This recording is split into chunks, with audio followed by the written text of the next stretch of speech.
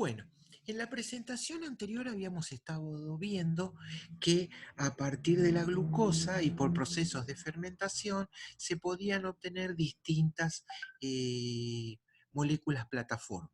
Entre ellas vimos la plataforma del ácido láctico, la plataforma del ácido succínico y nos quedamos con la plataforma del ácido 3-hidroxipropanoico, indicando que dentro de las eh, posibles aplicaciones teníamos que el ácido 3-hidroxipropanoico, al igual que el láctico, podía polimerizarse para obtener un polímero equivalente al ácido poliláctico, ¿m?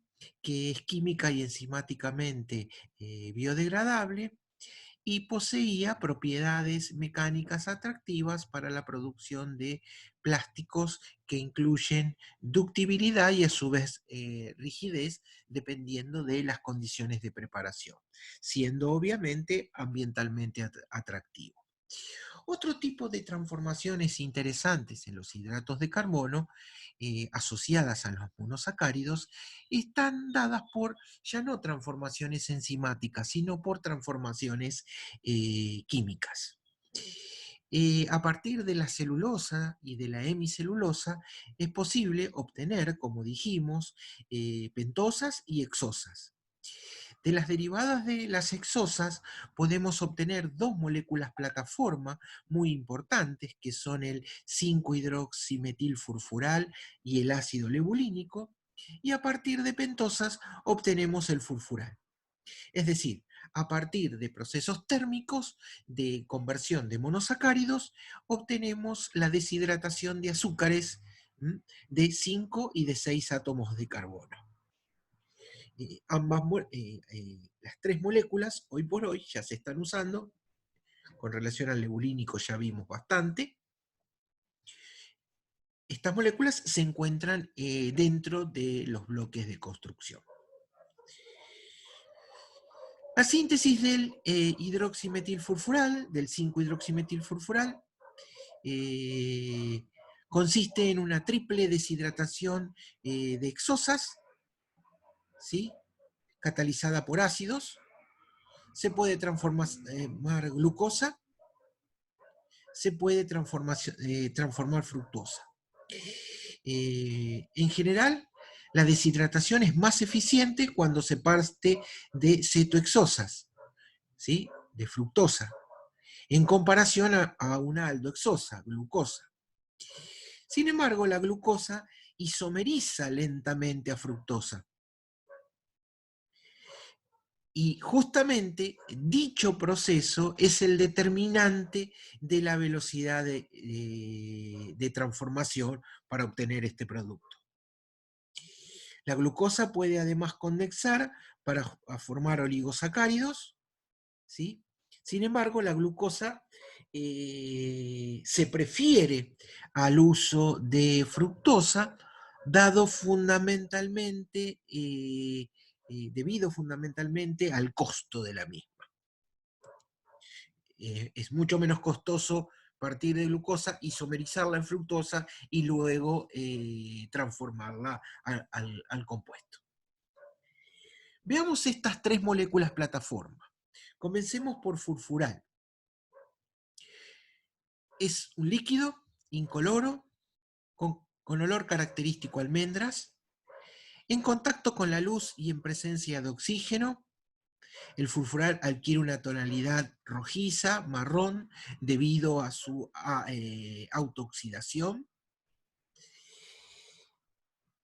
El furfural fue estudiado desde el año 1821, aunque su descubrimiento oficial data del año 1832.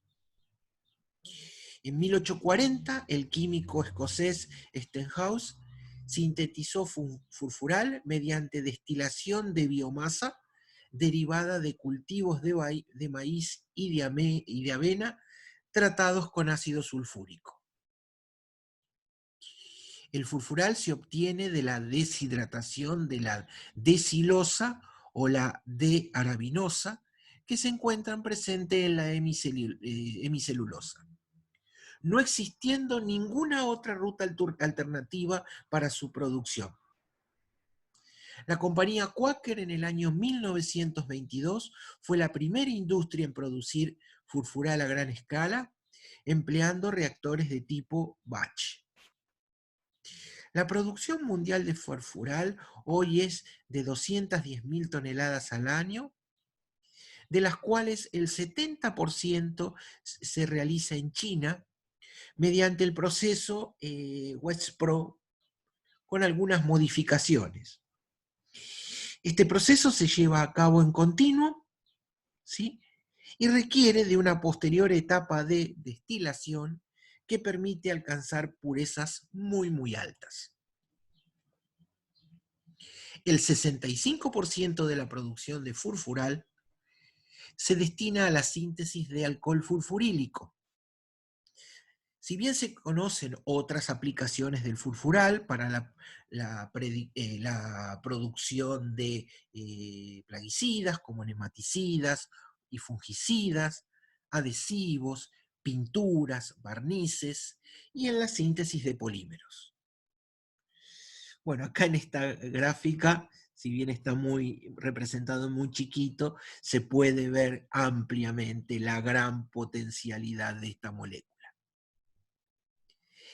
Y ha despertado un gran interés, ¿sí?, para la obtención de infinitos bioproductos e incluso en la producción de biocombustibles. Algunos ejemplos, la preparación de furano, ¿sí?, que sirve para aumentar el octanaje de las gasolinas, el ácido furoico, materia prima y producto intermedio para la síntesis de medicamentos y perfumes, y el alcohol furfurílico o tetrahidrofurfurílico, que se lo utiliza en la obtención de resinas termoplásticas endurecidas. Los plásticos endurecidos o endurecibles son polímeros que mediante la presión y la temperatura se reblandecen. Se pueden moldear una sola vez y antes de que la reacción de se va moldeando antes que la reacción de polimerización haya finalizado. El producto final, termoestable, ya no reblandece por la acción de la presión y la temperatura. Es decir, lo vamos moldeando mientras se va endureciendo. Una vez que ha sufrido el proceso de calentamiento, fusión y luego formación y solidificación, se convierte en materiales rígidos que no vuelven a fundirse. La furfurilamina, que se la utiliza en la manufactura de productos para la industria farmacéutica, de plaguicidas y fibras, se prepara industrialmente por aminación reductiva de furfural. El furfural reacciona con amoníaco e hidrógeno en presencia de catalizadores como cobalto y níquel. Después les voy a mostrar algunos estudios nuestros en relación a procesos de aminación reductiva. La reacción se lleva a cabo en fase líquida, a 100 grados, en dioxano o en algunos alcoholes, obteniéndose la furfurilamina con excelente selectividad y conversión total del furfural. El ácido furoico, utilizado en la síntesis de medicamentos y perfumes, se sintetiza por el método de Cannizzaro. El método de Cannizzaro es una bismutación. El furfural da por un lado alcohol furfurílico y por otro lado ácido furoico, asistido por una base, como por ejemplo hidróxido de sodio. Es una reacción alternativa a la reacción de condensación aldólica, ya que el furfural no tiene hidrógenos ácidos y por lo tanto no da la reacción de condensación aldólica. Se está estudiando también, a la fecha, la oxidación selectiva de furfural con peróxido de hidrógeno en presencia de bases, como por ejemplo aminas secundarias o terciarias o incluso piridina, aunque los rendimientos todavía son bajos. El furfural puede ser hidroximetilado y obtener 5-hidroximetilfurfural. Se estudió este proceso utilizando zeolitas, ¿sí?, con estructura y acidez controlada. También resinas de intercambio iónicos como mordenitas, ¿sí?, aunque los rendimientos son moderados. Y esto se debe fundamentalmente a que el furfural está desactivado, el furano en realidad, está desactivado por la presencia del grupo aldehído, que retira electrones del anillo. Se mejora sustancialmente los rendimientos de reacción, protegiendo el aldehído como un ditiolano, llegando a rendimientos del orden del 90%. El furfural es un producto químico clave para la producción de furano y tetrahidrofurano. El furano se obtiene por descarboxilación catalítica. La hidrogenación da tetrahidrofurano, que es un solvente industrial muy importante, también muy utilizado en los laboratorios de química. El tetrahidrofurano es usado muchísimo en la química de compuestos organometálicos. El mismo también se puede utilizar como un potenciador de octanos en mezclas de gasolina. La descarboxilación catalítica de furfural se lleva a cabo usando paladio, soportado sobre un catalizador básico, como sulfato de bario o alúmina, en presencia de hidrógeno a temperatura y presión, dando rendimientos relativamente altos. Esta ruta de síntesis de tetrahidrofurano a través de biomasa permite la sustitución de productos vía petroquímica. También se lo utiliza al tetrahidrofurano en fabricación de polímeros.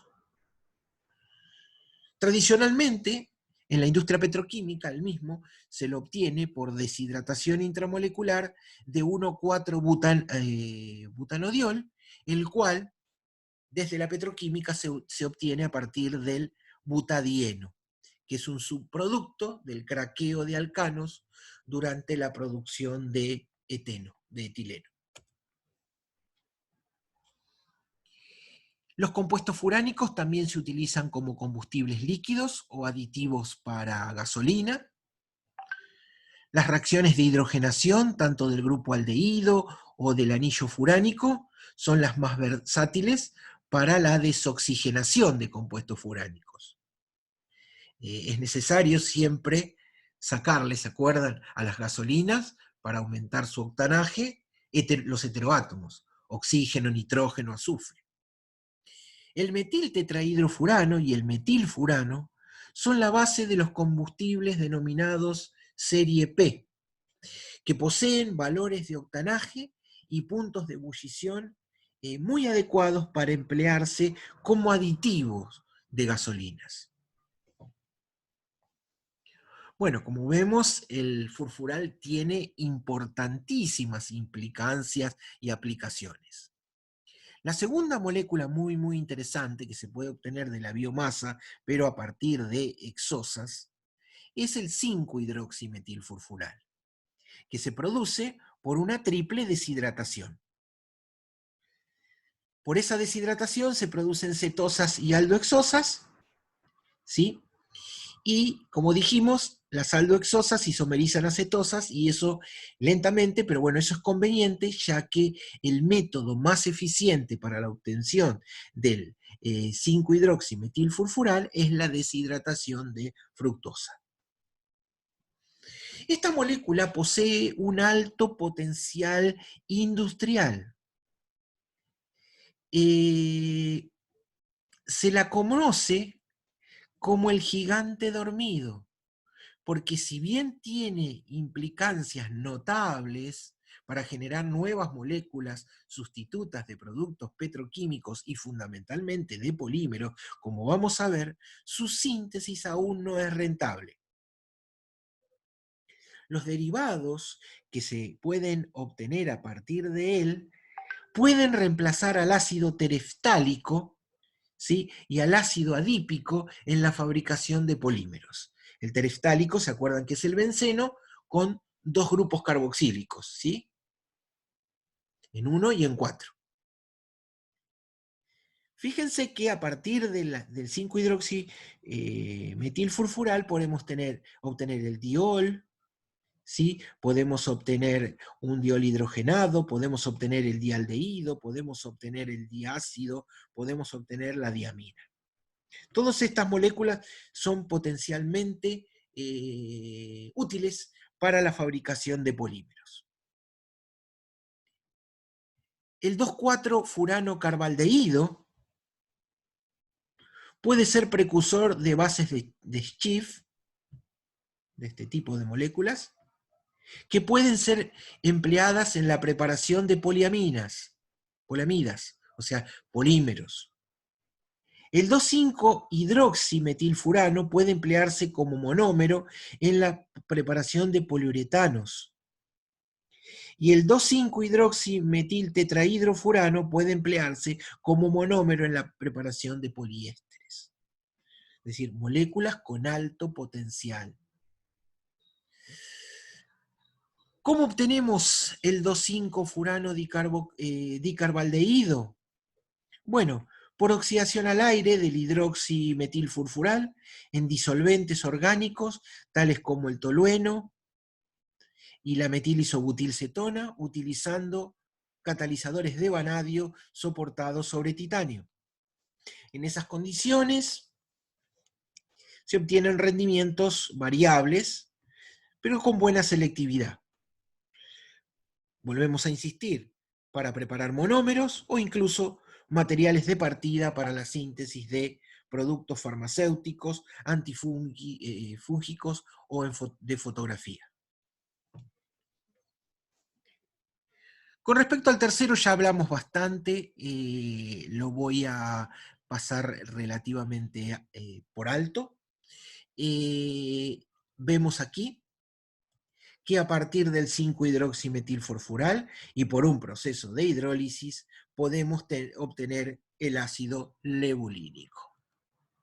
El ácido lebulínico, cuya estructura ya lo venimos presentando a lo largo de varias presentaciones, se puede obtener a partir de catálisis homogénea, aunque se han desarrollado importantísimos procesos para la fabricación a partir de catalizadores sólidos soportados. Acá podemos ver que cuando, si ustedes se fijan, vamos a retroceder y vamos a ir hacia este proceso. Fíjense que el 5-metilfurfural tiene 6 átomos de carbono. Cuando nosotros hacemos esa hidrólisis, obtenemos el ácido lebulínico que tiene 1, 2, 3, 4, 5 carbonos. Es decir, que la hidrólisis del 5-hidroximetilfurfural conduce a la formación de ácido lebulínico y ácido fórmico. Es un subproducto que se obtiene. El ácido lebulínico permite la obtención también de 2-metil-THF, un compuesto que ya dijimos que se usaba como aditivo de naftas y como solvente renovable. Involucra pasos seguidos de hidrogenación y deshidratación. Vimos también que a partir del ácido lebulínico y por procesos de hidrogenación con catalizadores de rutenio podemos obtener la gamma-valerolactona, que puede condensarse con formaldehído para formar alfa-metileno gamma-butirolactona, que tiene ciertas aplicaciones en la industria, ¿sí?, en la fabricación de intermediarios de síntesis. Otro aspecto interesante de la química de monosacáridos son los procesos de oxidación de cualquier monosacárido en sí, y en particular procesos de oxidación de glucosa. El único inconveniente es que tiene muchos carbonos oxidables, fíjense que es un polihidroxialdehído, por lo tanto el número de compuestos es elevadísimo. Normalmente podemos generar mezclas o por procesos enzimáticos específicos, alguno de los compuestos en forma mayoritaria. Por ejemplo, por procesos de fermentación de glucosa, con fermentos específicos, podemos obtener la isovitamina C, que es un antioxidante que se produce para alimentos. De esto solo les voy a dar algunos breves comentarios. Quien quiera ampliar estos conocimientos puede ver el review del profesor Avelino Corma.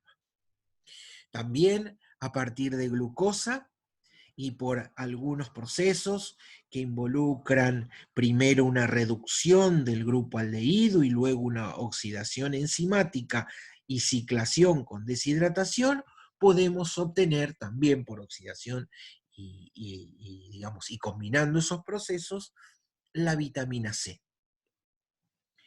Una química muy interesante también asociados a los monosacáridos es la reducción de los mismos, por ejemplo, con hidrógeno y níquel Raney, que a partir de glucosa permite la síntesis de derivados de sorbitol, que se pueden utilizar como edulcorantes y en la fabricación y como intermediario en la producción de otras moléculas.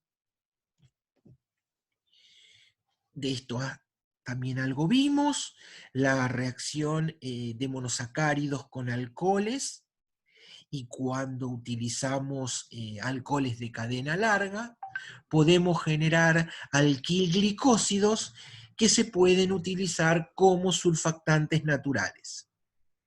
El método de síntesis se denomina glicoxidación y puede llevarse a cabo tanto por métodos enzimáticos como por métodos químicos, como podemos ver acá.